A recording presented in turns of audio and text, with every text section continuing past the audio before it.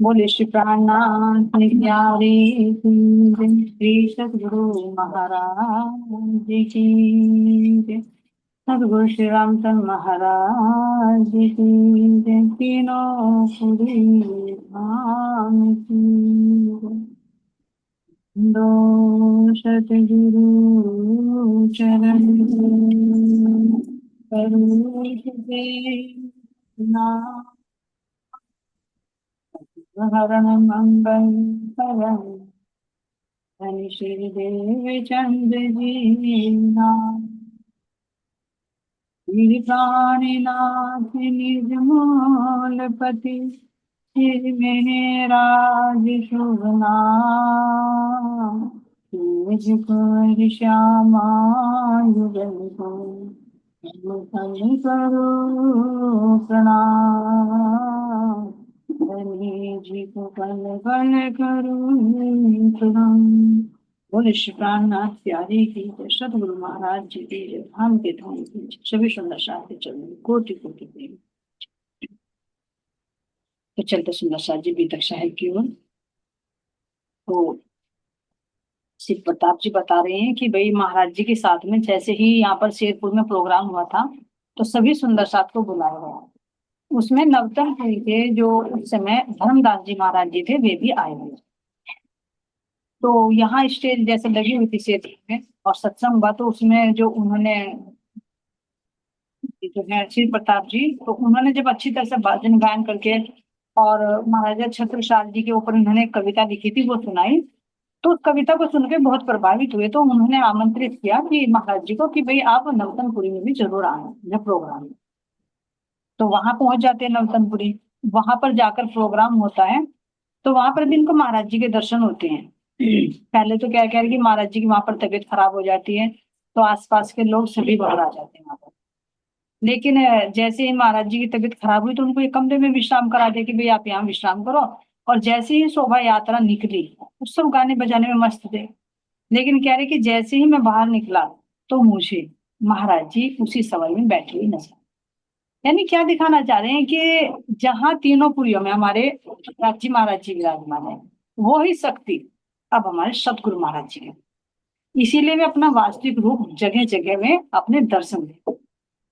तो वहां पर पंडाल लगता है। रात्रि में मंच का प्रोग्राम हुआ उसमें भी वहां पर प्रवचन हुए और इन्होंने बहुत अच्छी कविता छत्रसाल जी के ऊपर सुनाई। तो उसको सुनकर कह रहे कि बलसार के सुंदर साथ बहुत प्रभावित हुए कि भाई इतनी अच्छी इन्होंने कविता सुनाई और महाराज जी के भी प्रवचन सुने। तो उन्होंने आमंत्रित किया कि भाई आप हमारे यहाँ पर आइए।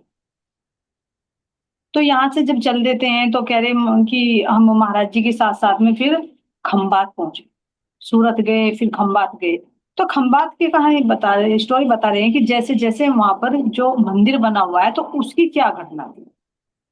तो वहां पर बताते हुए कह रहे हैं कि जैसे हम वहां पर पहुंचे खंबात में तो वहां के जब मंदिर में पहुंचे तो वहां की क्या विशेषता है कि प्राणनाथ जी की जो वाणी है वहां पर जो बागा है वो किसको दिया था जो प्रेम बाई थी जो सखी जो हमारे मूल बीतक में स्वामी लालदास जी की बीतक में तो नहीं आता लेकिन अलग लोग और बीत के हैं उनमें वर्णन है।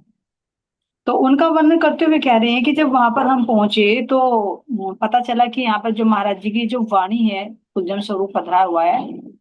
तो इसमें चार चौपाइयां और एक्स्ट्रा है।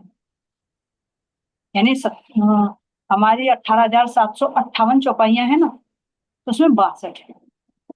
और बागा भी विशेष रूप से तो उसके दर्शन भी बहुत मुश्किल से होते हैं। तो वहां की बात बता रही है कि जो प्रेम बाई थी वो खंबात की रहने वाली थी छोटी बाई है ना। तो वहां कह रहे हैं कि जैसे जैसे हम वहां पर गए तो उसके बारे में हमने सुना कि जो प्रेम बाई थी तो उनके जो माता पिता थे वे शिव की भक्ति करते थे।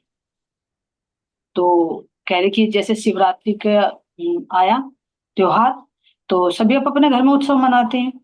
तो जो उनके माता पिता शिव की भक्ति करते थे तो उन्होंने भी शिव को अपने भोग लगाने के लिए कह रहे हैं कि उन्होंने वहां पर खीर बनाई और पूरी बनाई और 3 सब्जियां भोग के लिए बनाई थी।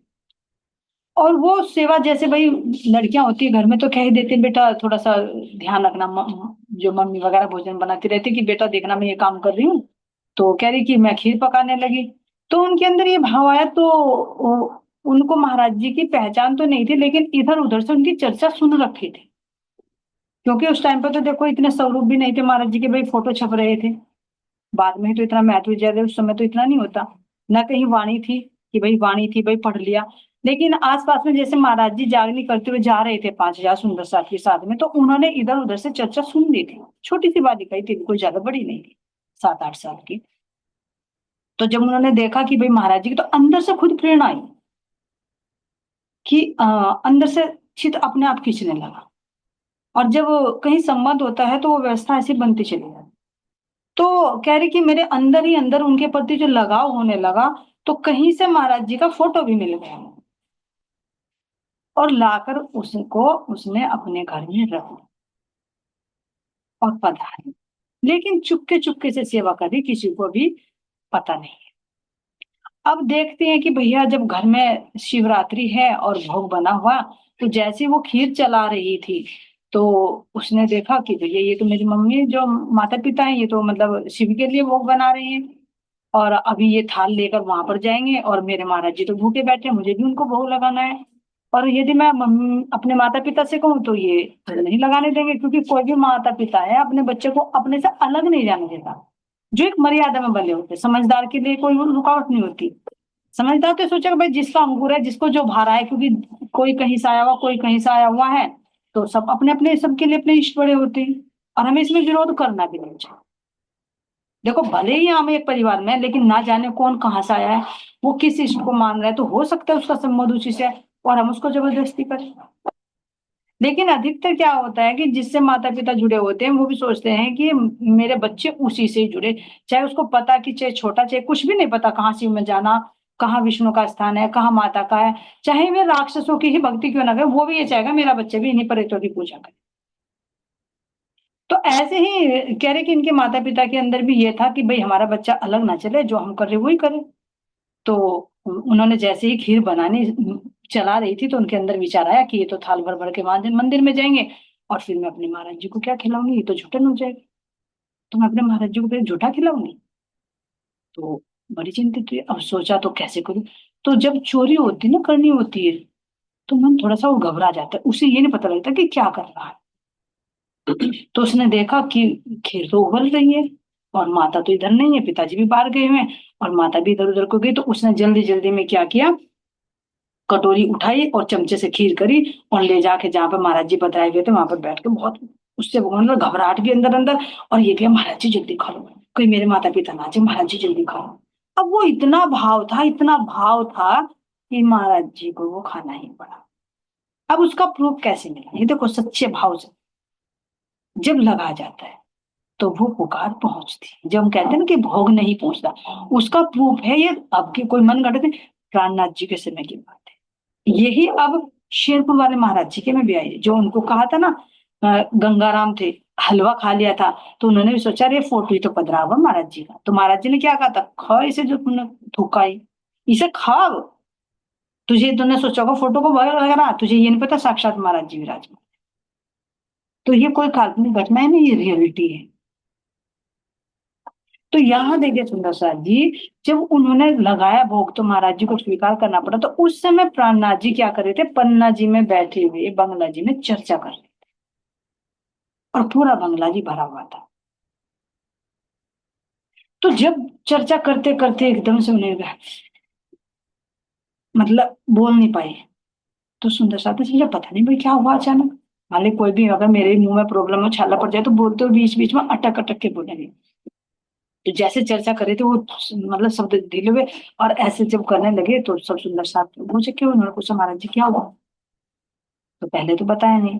फिर और सुंदर साथ ने पूछा महाराज जी क्या हुआ, अभी आप मुंह पे ऐसे हाथ लगा रहे हो, फिर बोल भी नहीं पा रहे, क्या हो रहा। तो बहुत ज्यादा पूछने पर उन्होंने बताया कि भैया ऐसे ऐसे मेरा वो ना मुंह चला गया, गरम गरम खीर खाई।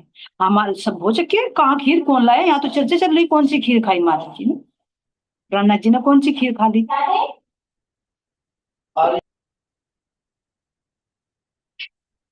तो तब बहुत पूछने पर उन्होंने कहा कि यहाँ से कई मील दूर खंबात में एक कन्या है, और उसने अपने माता पिता से डर की वजह से घबराहट में गरम गरम खीर का भोग लिया, और उस खीर से मेरे मुंह में छाले आ गए। अब सुंदर सा तो पहले तो विश्वास नहीं हुआ कि ऐसा कैसे हो सकता है, इतनी दूर से भोग लगाया महाराज जी के जो है भैया मुंह जल गया। तो कुछ को तो विश्वास कर लेते हैं और कुछ को प्रूफ चाहिए। तो उनमें से एक वल्लभ भट्ट थे, मतलब बहुत ज्ञानी भी थे वे, और उनके पास सिद्धि भी थी कि वो एक उसके उनके पास एक वो थी गुटखा कि वो मुंह में रखते थे तो वो एक ही क्षण में कहीं भी जा सकते थे। वल्लभ भट्ट जी के पास ठीक है सिद्धियां होती कर लेते हैं, अष्ट तरह की सिद्धियां होती है, अष्ट सिद्धि, तो वो सिद्धि उन्होंने कर रखी थी। तो जिनके अंदर थोड़ा सा ज्ञान होता है तो वो परीक्षा लेना चाहते हैं, तो उन्होंने देखा कि महाराज जी सही कह रहे हैं झूठ कह रहे हैं। तो देखा मुंह खुलवा के तो वास्तव में मोटे मोटे छाले पड़े हुए थे जी पर। अब है तो बात सही, भाई मुंह तो जला हुआ है। फिर उन्होंने महाराज जी से विनती की, महाराज जी किसी सुंदर हो सकता है जैसे मुझे विश्वास नहीं, इतने सुंदर साधु भरे बैठे हैं बंगला जी में, शायद किसी को विश्वास हो और किसी को ना हो, तो अगर आपकी इजाजत हो तो मैं इस बात की पुष्टि कर लूं। अब सांच को आंच कहाँ है, महाराज जी ने कहा ठीक है भाई जाओ खंबात में है और तुम पता करके लेके जाओ। तो जैसे ही उन्होंने महाराज जी के चरण छुए परमिशन ली, और वो जो गुटखा था उनके पास उसने मुंह में रखा और लेते ही वे तो वहां से अंतर ध्यान हो गए और तुरंत खंबात में पहुंच गए कुछ ही सेकंड में। अब वहां जाकर कुंडी खटखटाई, तो कुंडी खटखटाई तो उसी बालिका ने ही खोली। अब पूछा बेटा तुम्हारे माता पिताजी कहाँ हैं, तो उन्होंने कहा कि महात्मा जी आप कौन और कहाँ से आए हो। माता पिताजी तो यहाँ नहीं है। अब बेटा मैं पन्ना से आया हूँ। तो इतनी बात सुनते पन्ना जी का उनको पता था कि पन्ना जी में है क्योंकि चर्चा में।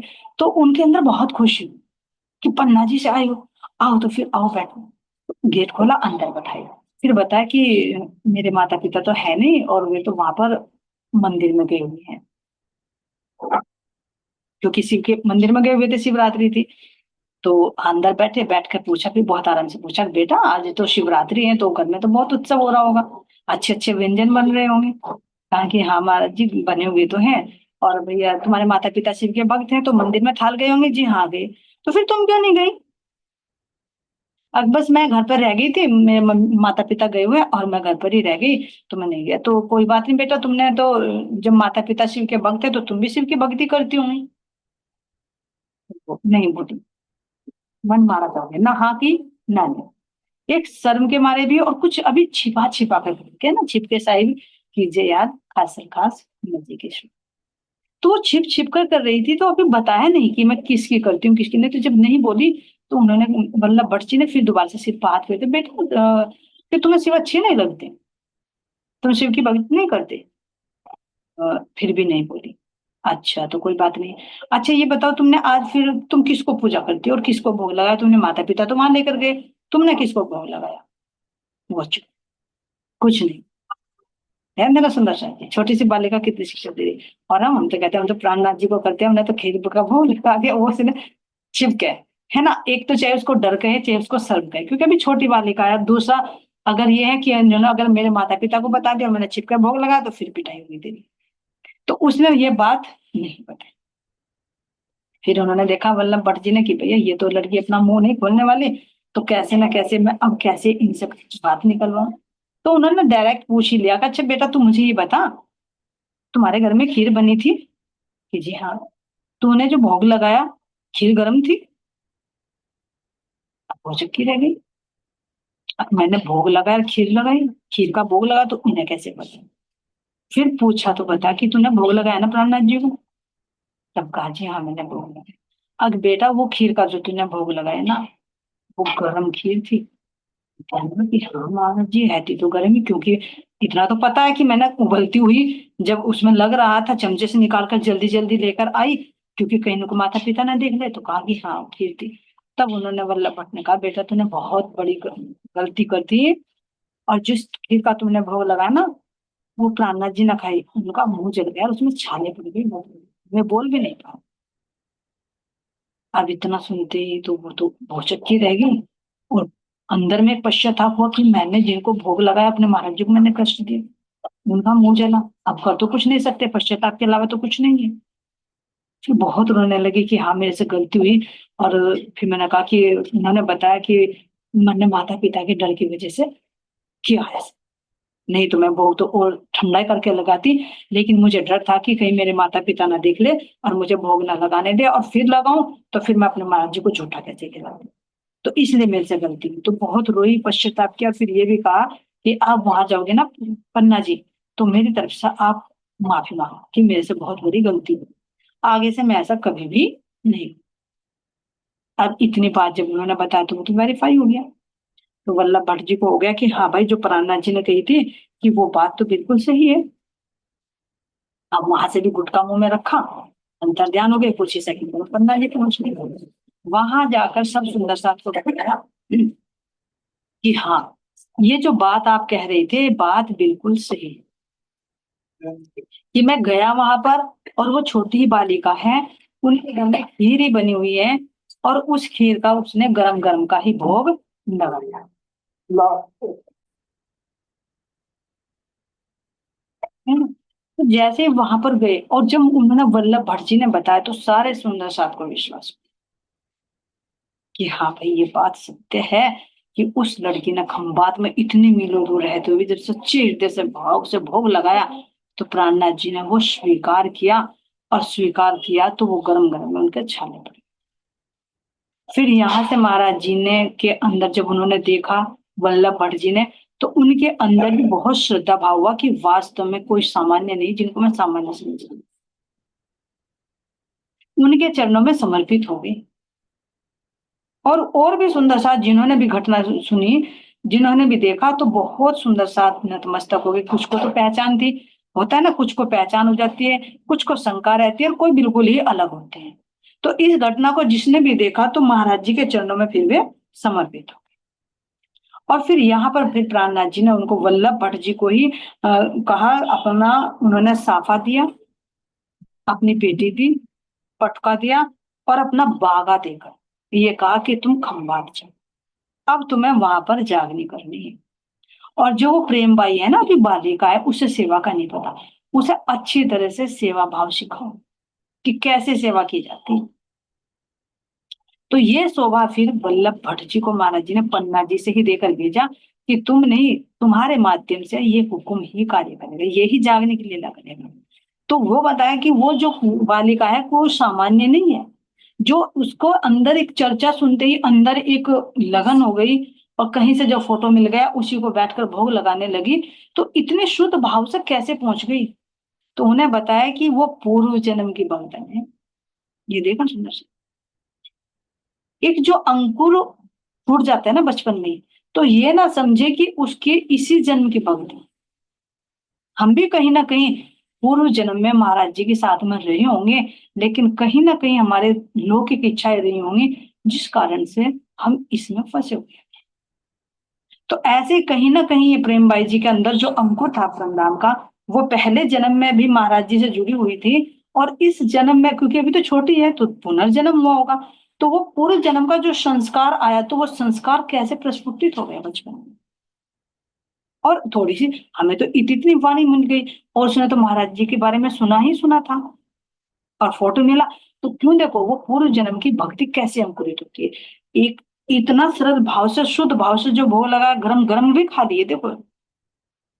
यहाँ तो कहते हैं कि भाई श्री रामचंद्र जी ने सबरी के झूठे बेर खाए, लेकिन यहाँ तो हमारे प्राणनाथ जी ने गरम गरम भी खा लिए, नहीं सोचा कि ये गर्म है। तो ये होता है कि पहले दाता हम भय सतगुरु को दीनो शीश, और पीछे दाता सब कुछ भय, सब कुछ कीनो बख्शीश। तो वहां ये विशेष रूप से प्रेम बाई जी के लिए खंबात में भेजी कि भाई तुम वहां पर जागनी करो, और वो छोटी बालिका उसको अच्छी तरह से तुम सेवा भाव समझाओ, और आगे को उनको वहां पर बढ़ाओ। तो ये सुंदर सा जी इस तरह से वहां पर जो मंदिर अब भी बना हुआ है, आप भी कह रहे कि वहां पर जो खंबात में जो मंदिर है, अभी भी वहां पर वे बागा, साफा, पेटी और पड़ुका अभी भी वहां पर उपस्थित है मंदिर में, शिवा में। और जो कुलजन स्वरूप है, वहां पर जो है, कह रहे कि उनके दर्शन तो जल्दी से नहीं होते, बहुत मुश्किल से दर्शन कराते हैं, क्योंकि महाराज जी की विशेष रूप से हाथों से दिए गए हैं वे। तो उनमें जो चौपाइयां हैं, कह रहे कि हम जैसे वहां पर गए महाराज जी के साथ में, तो देखना चाहा तो पहले ही वे करवा लेते हैं कि ये चौपाई ना तो आप नोट करोगे, और ना ही इनकी तुम फोटो वगैरह लोगे, उसके बाद उस कुलजम स्वरूप साहिब के दर्शन कराए जाते हैं। जो आज भी खंबा है। यदि किसी सुंदर साथ को राज्य महाराज जी मौका दे वहां जाने का तो अवश्य देख कर आए, है ना, क्योंकि ये नई बात है जो पता चली। नहीं तो 18,758 चौपाइयां ही होती हैं, उसमें 4 चौपाइयां और ज्यादा हैं। तो वे क्या है उनमें, है ना, ये तो महाराज जी थे। तो इस तरह से वहां से चलकर फिर कह रहे हैं कि वहां से हम चल देते हैं, और चलने के बाद में फिर यहाँ से चल के कह रहे हैं कि भाई सुंदर साथ जो महाराज जी के साथ फिर वहां से खंबात से बड़ोदरा आ जाते हैं, और बड़ोदरा में आकर विद्याधर जी के घर रुकते हैं, और वहां पर आकर एक दिन सत्संग करते हैं, और उसके बाद में सूरत और बलसार चले जाते हैं। और ये कह रहे हैं कि मैं फिर वापस यहाँ से आ गए। तो इस तरह से महाराज जी ने शेरपुर से जाकर फिर नवतनपुर की यात्रा करते हुए, फिर सूरत से होते हुए, बड़ोदरा होते हुए, बलसार होते हुए फिर वापस आते। और बीच में जब खंबात गए तो खंबात में वहां की ये बीत है। अब आगे चलते हैं, आगे के प्रसंग में महाराज जी बता रहे हैं अ, और सुंदर साथ का अनुभव। ये कौन है सुंदर साथ जी? सीताराम, जो पोस्ट ऑफिस के मास्टर है, पोस्ट मास्टर डोईवाला, है ना। इनकी पत्नी है प्रकाशी। तो वे अपना अनुभव बता रहे हैं कि महाराज जी के साथ हमारा क्या अनुभव है। कह रहे हैं यहाँ पर, पशु और मानवता का जग में मल युद्ध होता रहता। पशु और मानवता का यहाँ पर मल युद्ध होता है। एक तरफ तमोगुण और एक तरफ सतोगुण, तीनों गुणों का ही द्वंद चलता रहता है। जिससे जिसका मिल जाता है तो मेल खा जाता है, दोस्ती हो जाती है। और दूसरे विचारों का है कि उनका मेल नहीं खाता, उनमें क्या होती है, दुश्मनी। कभी पशु ढह जाते हैं यहाँ, कभी यहाँ मानव ढहता। मन से जो निर्मित है उसकी मानव यहाँ पुकारा है। वैसे तो पशु ही पशु है, या पशुवती है संसार। तो ये ताबतुल अर्थ जो महाराज जी ने वर्णन किया ना, ये पशु ही तो है। लंबा चौड़ा विशाल जानवर जिसके साथ निशान कयामत के बताए। तो ये कहीं बाहर नहीं है, हमारे अंदर ही है। पहले एक्टिव था, इसको देख नहीं पा रहा था जीव, लेकिन अब इसको देख रहा है, सूरता भी देख रही है और आज जीव भी देख रहा है कि ये स्वभाव कैसे। तभी तो यहाँ द्वंद्व युद्ध छुड़ा रहता है। तो कह रहे हैं यहाँ पर क्या है, सब पशु तुल्य, ये सब मुर्दों की बस्ती है। शमशान घाट, जब भी महाराज जी ने कहा कि ये सब शमशान घाट है, यहाँ सब मुर्दे हैं। मुर्दे कहो या पशु कहो, क्योंकि पाशविक रहती है, न खाने का पीने का कुछ पता, न आचार विचार का पता। और अब तो और कलयुग में ये पशु वृत्ति और पाशविकता बढ़ती जा रही है। अगर 1% को देखें तो मानव से पशु फिर भी बेटर है। एक नॉर्मल से में देखे, पशु का तो नेचर होता है, उसका स्वभाव प्रकृति ने ऐसे बताया, वो मांसाहार करेगा, जीव हत्या करके खाएगा। अगर शेर की बात ले तो उसका नेचर है। लेकिन इंसान का तो स्वभाव नहीं, इंसान का तो नेचर नहीं है। उसके पास सब कुछ होते हुए, प्रकृति का इतना दिया हुआ होते हुए, कैसे वो अपने जीव के स्वाद के लिए जीव हत्या। तो फिर उसको पशु से भी गिरा हुआ क्यों ना काउंट करें। गाय भैंस है जो मांस नहीं खाती, चाहे भूखी मर जाए, क्योंकि उनका नेचर है। लेकिन मनुष्य कैसा होता है, साग भी खा लेता, मांस भी खा लेता, सब कुछ। तो एक पशु से भी गिरी हुई कैटेगरी में। तो यहाँ कह रहे हैं, यहाँ पुरुष की छाया भी नहीं। पुरुष हुआ यहाँ किसको प्राप्त, पुरुष की यहाँ छाया भी नहीं है। पुरुष किसके लिए आ रहा है यहाँ पर, एक पुरुष परमात्मा, लेकिन सब पुरुष एक ही है।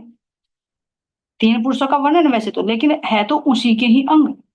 एक राज्य का ही सत अंग अक्षर ब्रह्म है, और सत अंग के अक्षर ब्रह्म का संकल्पित मन आदि नारायण है। तो मूल तो एक ही है, बाकी सब क्या है, आत्मा। यहाँ पाश्विकता या पशु है, कभी उतरते ऊपर के, अगर उतर आते तो ये पशु उनकी एक नहीं सुनते। हाल तो यहाँ परमात्मा आते ही नहीं। यदि कभी कभी परमात्मा आ भी जाए तो पशुवत जो है प्राणी, ये उनकी सुनते। जिसके अंदर पाश्विकता है, क्या वो सुनेगा?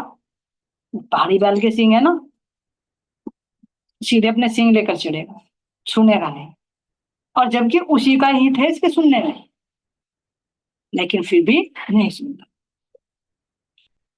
अंश भेद के कारण उनसे अपने गात न मिल पाते, समझे कौन सुनावे किसको, एकम एक नहीं हो पाते। अंश भेद के कारण, जो उनके अंदर अंश होता है ना, जो उनके अंदर बीज होता है, तो वो नहीं सुनते, क्योंकि उनकी उत्पत्ति मोह से हुई होती है जीव की, और वो प्रेम का स्वरूप है। तो मोह और प्रेम कैसे मेल खाए? महाराज जी खुद वाणी में दे रहे कि जीव की उत्पत्ति कहाँ से होती है, धर्मात्माओं की कहाँ से है, धर्म सृष्टियों की, ईश्वर सृष्टियों की कहाँ से है, फिर सबका स्वभाव भी अलग अलग है। तो अंश भेद के कारण उनका मेल नहीं हुआ।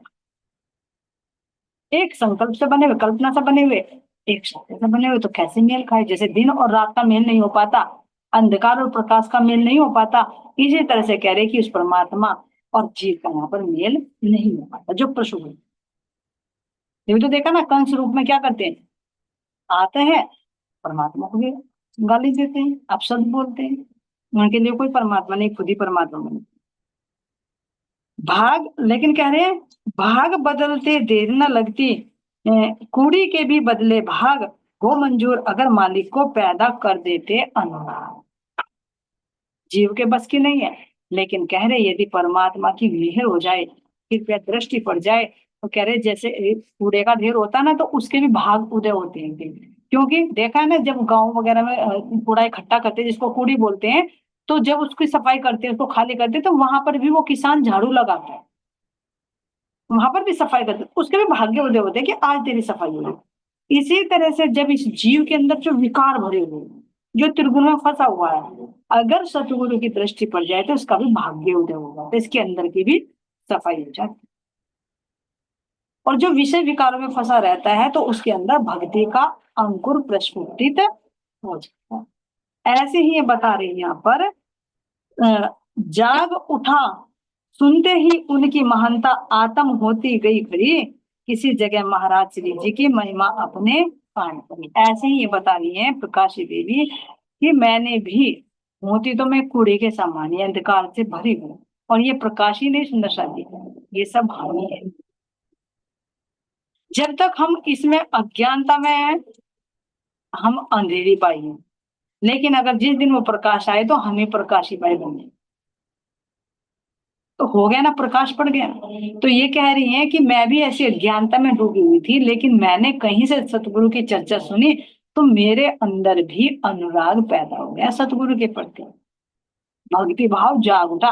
क्योंकि वो बीज जो पड़ा रहता है ना, वो कब अंकुर, इसलिए तो कहने सुंदर जी, अरे सोचे अरे बताओ बूढ़ा हो गए, अब बूढ़े हो गए, अब कैसे नाम दिलो, अब क्या करेंगे, नहीं, अरे कम से कम कुछ तो नाम जाप करते, कुछ तो सुन ले परमात्मा की, अगला जन्म तो सुधर जाए। यही तो कारण होता है कि एक बचपन में ही बच्चा शैतानगिरी करने लगता है, एक भक्ति में चल जाता है, एक अच्छा खुशहाल हष्ट पुष्ट होता है, एक होते ही विवाह शुरू हो जाते हैं। क्यों, क्या कारण है? उसके पीछे उसके पूर्व जन्म के कर्म आते, जो जन्म होते ही वो अंकुरित होने लगते। नहीं तो एक बार तो छोटा बच्चे को इतनी सीरियस बीमारी हो जाती है, उसने कौन से पाप कर दिए, लेकिन पिछला जो अकाउंट है वो कहाँ जाएगा, वो भी तो करना, भुगतना पड़ेगा ना। तो यही कह रहे हैं कि इसी तरह से मेरे अंदर भी ये बात हुई। तो जैसे जैसे मेरे अंदर सतगुरु की मैंने बात सुनी, तो मेरी आत्मा उठती गई, एक जो सोई पड़ी थी वो थोड़ी सी अंगड़ाई लेने। तो कह रहे कि जैसे जैसे मेरे अंदर अनुराग हुआ, तो मैंने सुना, और मैंने किसी से पैसे देकर सतगुरु महाराज जी की फोटो मंगाई। क्योंकि सबसे पहले तो भैया फोटो ही आती, जहाँ महाराज जी के बारे में सुनते हैं, उनसे अनुराग होता है, तो सबसे पहले तो फोटो के रूप में उनके जो स्वरूप होता है, वही एक आधार होता है, नहीं तो कैसे देखो।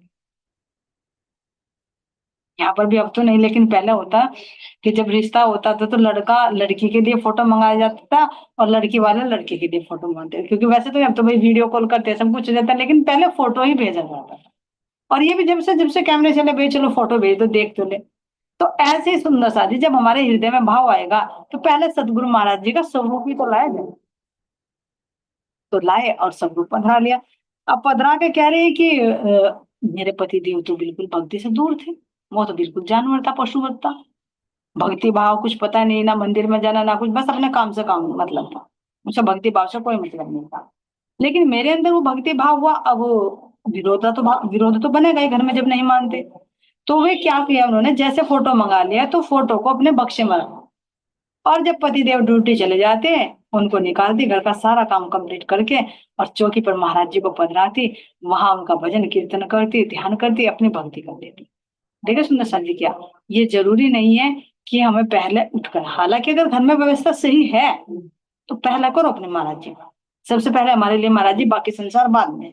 लेकिन अगर सिचुएशन ऐसी है गृहस्थी में, उसकी ट्रिक बता रहे हैं कि जब चले जाए ना, अपना फुर्सत का समय हो, तब आराम से वाणी मंथन करे, आराम से ध्यान करे, आराम से भजन करे, जो करना कर दे। लेकिन इसमें ये अड़ियल ना करे कि ये मेरा इसी का टाइम है, तो घर वालों के साथ में लड़ाई करके मैं तो यही करूंगा, तो दूसरा नहीं करने देगा, तो क्या होगा वहां पर, घर में महाभारत होगा। तो ये युक्ति कह रहे महाराज जी, युक्ति होती है।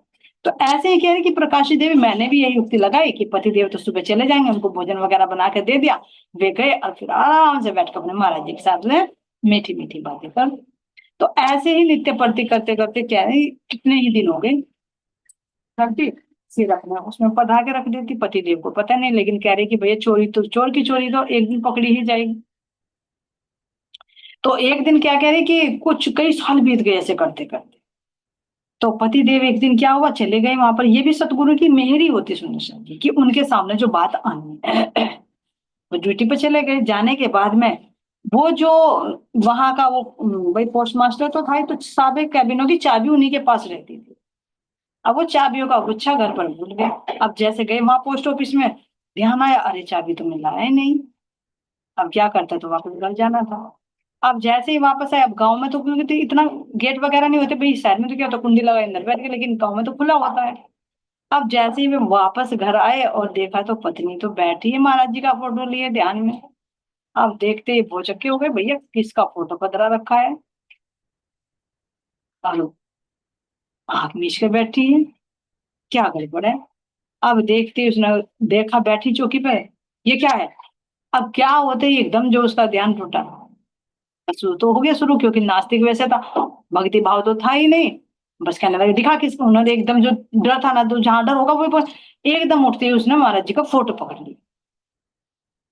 अब जो वो छाती से लगा ले, किसका फोटो दिखा, दिखा किसका फोटो, किससे संबंध बनाती है, किससे बात मेरे बात में मिलन करती है, दिखा किसका। उसने दिखाया नहीं, वो अपनी तरफ को छीने, वो अपनी तरफ को छीने, छीना छीना। अब उसने देखो विरोध नहीं किया, छोटी छोटी बातों में वो शिक्षा मिलती।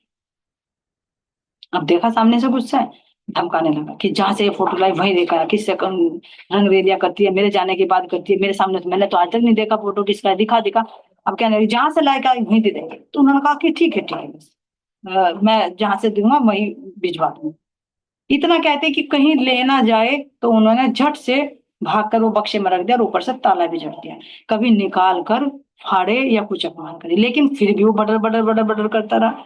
फिर वही परिवीता सखी की तरह कहने लगे, जी देखो बहुत हो गई बात, जब मैंने कह दिया कि मैं इसको वहीं भिजवा दूंगी जहां से लाई हूं, लेकिन अब आप मेरे गुरु के बारे में एक भी शब्द मत, ये मैं सहन नहीं कर पाऊंगी, फिर बात नहीं करूंगी। जब मैंने कह दिया कि आपने कहा तो जहां से लाई मैं वहीं भिजवा दूंगी, लेकिन कोई अपशब्द आगे से मत बोलो, बस इस बात को यही खत्म करो। अब ठीक है, जैसे जैसे बात हो गई, शांति से हो गई, होने के बाद में चाबी उठाई, इतना बड़ा चले गए ड्यूटी पे। आज शाम को कह रहे कि मेरे पति देव का फिर भी मुंह चढ़ा हुआ था, गुस्से में थे। अब थोड़ा शांति से, चलो कोई बात नहीं, महाराज जी अपने आप शांत करेंगे, अभी थोड़ा गुस्सा ज्यादा है, धीरे धीरे से मैं बात करूंगी, और बात करने के बाद जैसे जैसे सिचुएशन बनेगी मैं वैसे वैसे कर दूंगी। लेकिन महाराज जी तो देख रहे हैं ना कि इस परिस्थिति का सामना कैसे कराना है। ये जो प्रसंग आया है, जो पति देव ने पकड़ ली, ये भी महाराज जी की ही इच्छा से हुआ है। क्यों, क्योंकि इनके अंदर भी अविश्वास जगाना था। अब उसी ही रात को क्या घटना घटित होती है कि उनको विश्वास आ जाता है। तो उसकी घटना बता रहे हैं कि मेरे पतिदेव भी महाराज जी के चरणों में कैसे समर्पित हुए, कैसी उनकी लीला हुई, जो फिर वे मेरे से भी आगे बढ़ती हैं। ये सुंदर जी अगली मीटिंग में श्रवण करेंगे। आपके लिए इतना ही। बोले श्री प्राणनाथ प्यारे की जय, सदगुरु महाराज जी की जय, सदगुरु श्री रामचंद्र महाराज जी आपकी सदा खुदाई प्रणाम। सभी के चरण